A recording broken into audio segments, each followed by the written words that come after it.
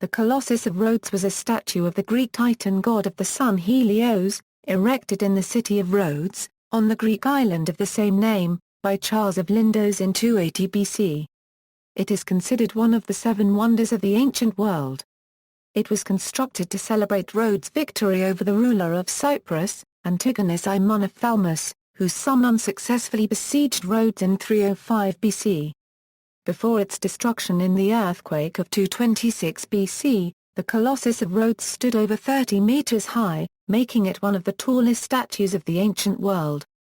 Siege of Rhodes. In the late 4th century BC, Rhodes, allied with Ptolemy I of Egypt, prevented a massive invasion staged by their common enemy, Antigonus I Monophthalmus. In 304 BC a relief force of ships sent by Ptolemy arrived, and Antigonus's army abandoned the siege, leaving most of their siege equipment. To celebrate their victory, the Rhodians sold the equipment left behind for 300 talents and decided to use the money to build a colossal statue of their patron god, Helios. Construction was left to the direction of Chares, a native of Lindos in Rhodes, who had been involved with large-scale statues before. His teacher, the sculptor Lysippos, had constructed a 22 meters high bronze statue of Zeus at Tarentum. Construction. The construction began in 292 BC. Ancient accounts, which differ to some degree, describe the structure as being built with iron tie bars to which brass plates were fixed to form the skin. The interior of the structure, which stood on a 15-meter-high white marble pedestal near the Mandrake harbor entrance, was then filled with stone blocks as construction progressed. Other sources placed the Colossus on a breakwater in the harbor. The statue itself was over 30 meters tall. Much of the iron and bronze was reforged from the various weapons Demetrius's army left behind, and the abandoned second siege tower may have been used for scaffolding around the lower levels during construction. Upper portions were built with the use of a large earthen ramp. During the building, workers would pile mounds of dirt on the sides of the Colossus. Upon completion all of the dirt was removed and the Colossus was left to stand alone. After 12 years, in 280 BC, the statue was completed. Preserved in Greek anthologies of poetry is what is believed to be the genuine dedication text for the Colossus. To you, O sun, the people of Dorian Rhodes set up this bronze statue reaching to Olympus, when they had pacified the waves of war and crowned their city with the spoils taken from the enemy. Not only over the seas but also on land did they kindle the lovely torch of freedom and independence. For to the descendants of Heracles belongs dominion over sea and land. Modern engineers have put forward a plausible hypothesis for the statue construction, based on the technology of those days, and the accounts of Philo and Pliny who both saw and described the remains. The base pedestal was at least 60 feet in diameter and either circular or octagonal. The feet were carved in stone and covered with thin bronze plates riveted together. 8 forged iron bars set in a radiating horizontal position formed the ankles and turned up to follow the lines of the legs while becoming progressively smaller. Individually cast curved bronze plates 60 inches square with turned-in edges were joined together by rivets through holes formed during casting to form a series of rings. The lower plates were 1 inch in thickness to the knee and 3/4 inch thick from knee to abdomen, while the upper plates were 1/4 to 1/2 inch thick except where additional strength was required at joints such as the shoulder, neck, etc.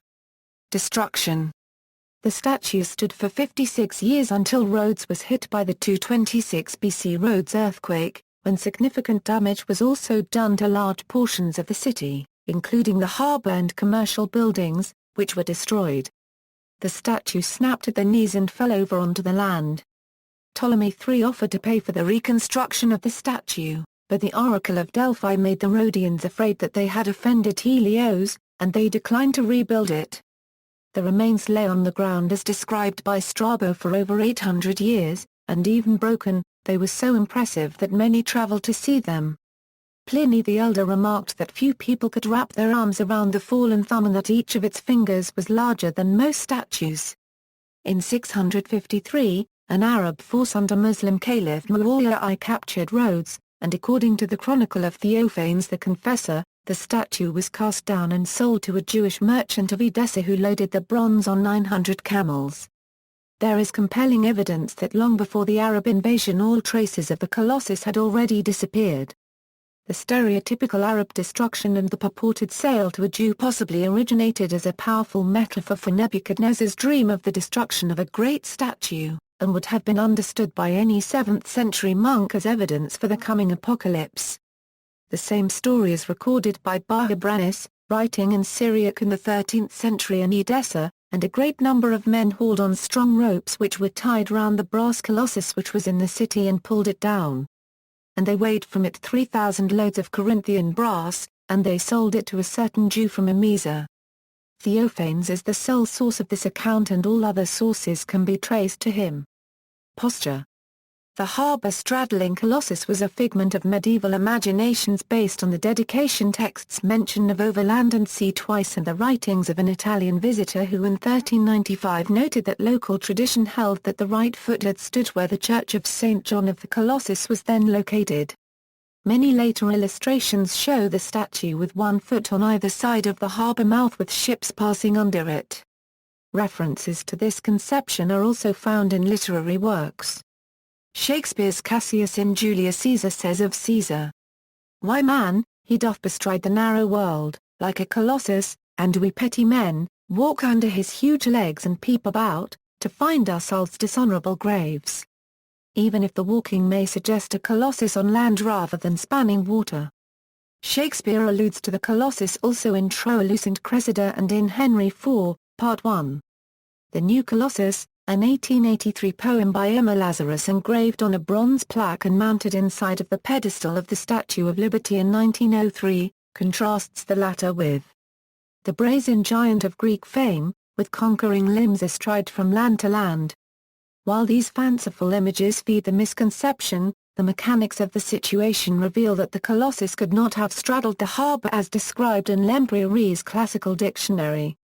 If the completed statue had straddled the harbour, the entire mouth of the harbour would have been effectively closed during the entirety of the construction. Nor would the ancient Rhodians have had the means to dredge and reopen the harbour after construction. The statue fell in 224 BC, if it had straddled the harbour mouth, it would have entirely blocked the harbour. Also, since the ancients would not have had the ability to remove the entire statue from the harbour, it would not have remained visible on land for the next 800 years, as discussed above. Even neglecting these objections, the statue was made of bronze, and engineering analyses indicate that it could not have been built with its legs apart without collapsing from its own weight. Many researchers have considered alternative positions for the statue which would have made it more feasible for actual construction by the ancients. There is also no evidence that the statue held a torch aloft. The records simply say that after completion, the Rhodians kindled the torch of freedom. A relief in a nearby temple shows Helios standing with one hand shielding his eyes, and it is quite possible that the Colossus was constructed in the same pose. While we do not know what the statue looked like, we do have a good idea of what the head and face looked like, as it was of a standard rendering at the time. The head would have had curly hair with evenly spaced spikes of bronze or silver flame radiating, similar to the images found on contemporary Rhodian coins. Location of the ruins. Media reports in 1989 initially suggested that large stones found on the seabed off the coast of Rhodes might have been the remains of the Colossus. However, this theory was later shown to be without merit. Another theory published in an article in 2008 by Ursula Vedra suggests that the Colossus was never in the port, but rather was part of the Acropolis of Rhodes, on a hill today named Monte Smith, which overlooks the port area. The temple on top of the Monte Smith is traditionally thought to have been devoted to Apollo, but according to Vedra, it would have been a Helios sanctuary. The enormous stone foundations at the temple site, the function of which is not definitively known by modern scholars, are proposed by Vedra to have been the supporting platform of the Colossus. The fortress of St. Nicholas is also posited as the location. The fort's floor contains an anomalous circle of sandstone blocks which may have been the statue's foundation, while curved blocks of marble incorporated in the structure too finely cut to have been made for the purpose, may be the remains of a marble base that sat upon the sandstone foundation. See also, 12 Jinren, the Rhodes Colossus, list of statues by height, references and sources, references. Sources: Ashley, James of the Macedonian Empire, the era of warfare under Philip II and Alexander the Great, 359-323 BC. McFarland and Company. PA 75. ISBN A0-7864-1918-0. Gabriel, M.H. BCH 16, ppA 332 42. Haynes, D.E.L. Philo of Byzantium and the Colossus of Rhodes. The Journal of Hellenic Studies 77.2, ppA 311 312. A Response to Marian. Marian, Herbert, The Colossus of Rhodes in the Journal of Hellenic Studies 76, ppA 68 86. A Sculptor's Speculations on the Colossus of Rhodes.